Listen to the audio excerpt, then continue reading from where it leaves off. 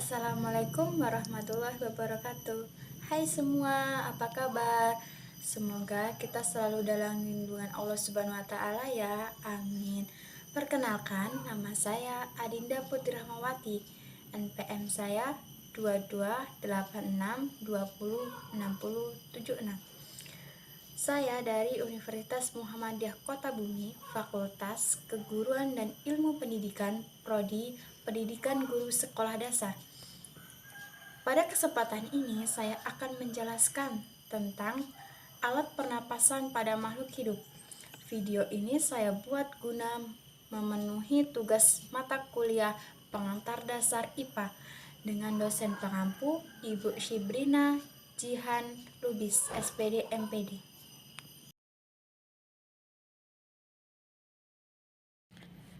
Yang akan kita bahas pertama yaitu manusia. Manusia bernafas menggunakan paru-paru. Paru-paru sendiri letaknya berada di dalam tulang rusuk dan jumlahnya sepasang. Paru-paru merupakan tempat menampung udara, sehingga oksigen tersebut bisa disalurkan ke tubuh.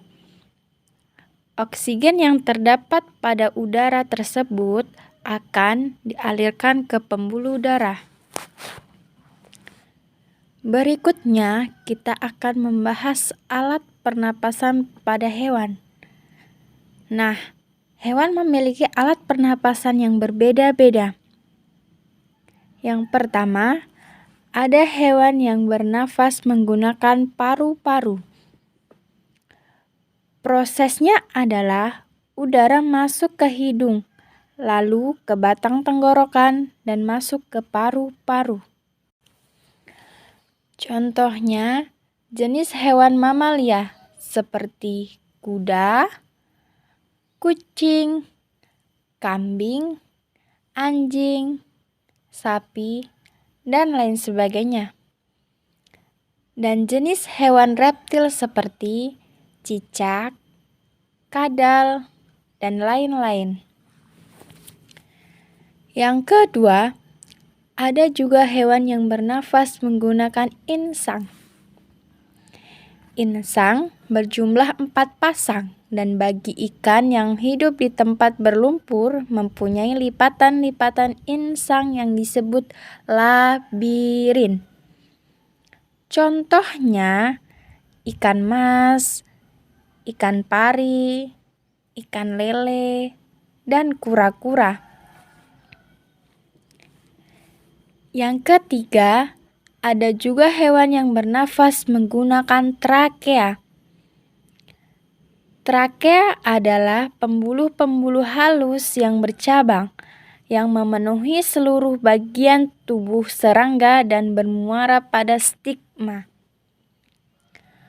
Contoh hewan yang bernafas dengan trakea yaitu sejenis serangga, seperti belalang, kupu-kupu, capung, laba-laba, dan masih banyak hewan lainnya. Dan yang keempat, ada juga hewan yang bernafas menggunakan kulit loh. Nah, karakteristik kulit mereka biasanya tipis, lembab, dan memiliki tingkah vaskularisasi tinggi. Hewan yang bernafas menggunakan kulit contohnya cicak, lintah, katak, dan lain sebagainya. Berikutnya, kita akan membahas alat pernapasan pada tumbuhan. Tumbuhan memiliki 2 alat pernapasan.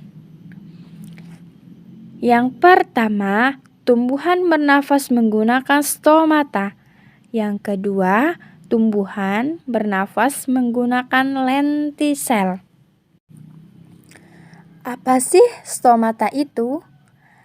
Stomata atau yang dikenal juga sebagai mulut daun adalah alat pernapasan pada tumbuhan berupa celah yang dikelilingi 2 sel penjaga yang terletak di permukaan daun.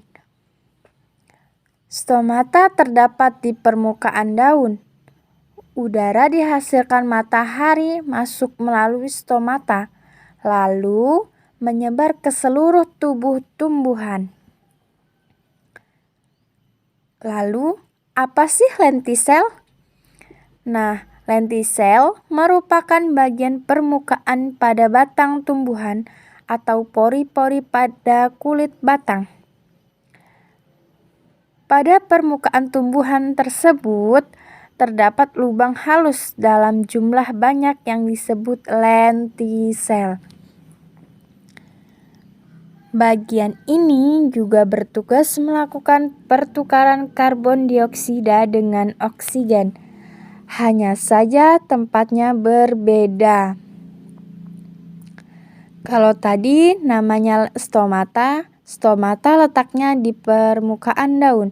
Tapi kalau lentisel, dia lubang halus yang terdapat pada permukaan tumbuhan.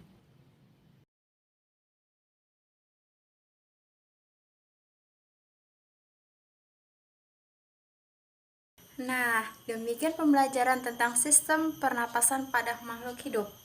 Kurang dan lebihnya saya mohon maaf. Saya akhiri. Wassalamualaikum warahmatullahi wabarakatuh.